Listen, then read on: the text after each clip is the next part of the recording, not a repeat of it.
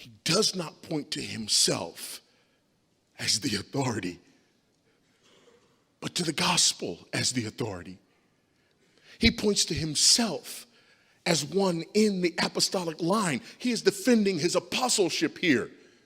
Paul is not saying that you have to somehow muster up your own personal experience that will be as powerful as my personal experience, because that's what's going to tip the scales.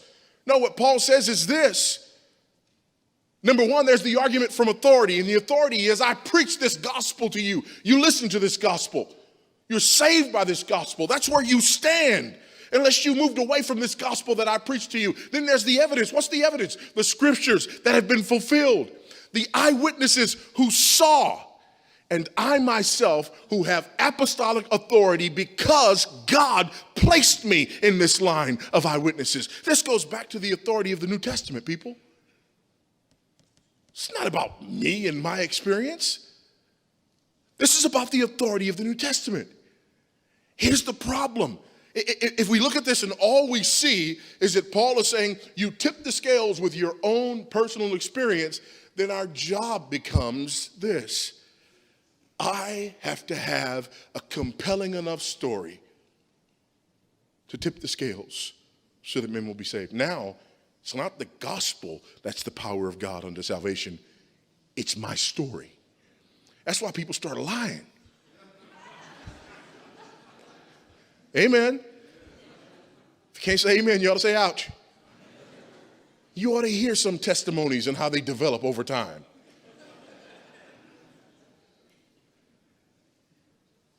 Person gets in one fight in the 3rd grade. 20 years after being saved, I fought every day.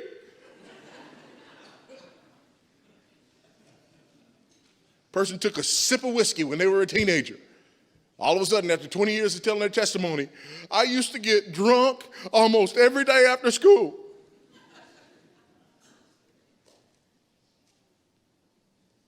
Father looked at them disapprovingly one day. 20 years later in their testimony, Daddy abandoned me. I had no...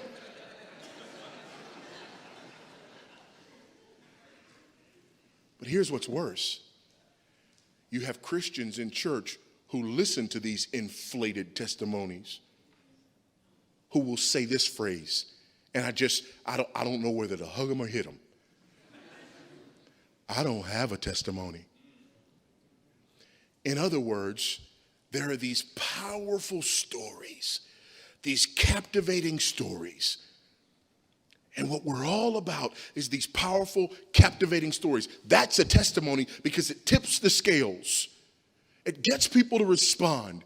It makes people stand up and take notice of God and what he has done. All I have is God wrapped himself in flesh, died on a cross, nailed my sin thereto, was placed in the grave, rose again on the 3rd day, ascended to the right hand of the Father, and is there making intercession for me until such time as my salvation is completed and he takes me home. That's all I got.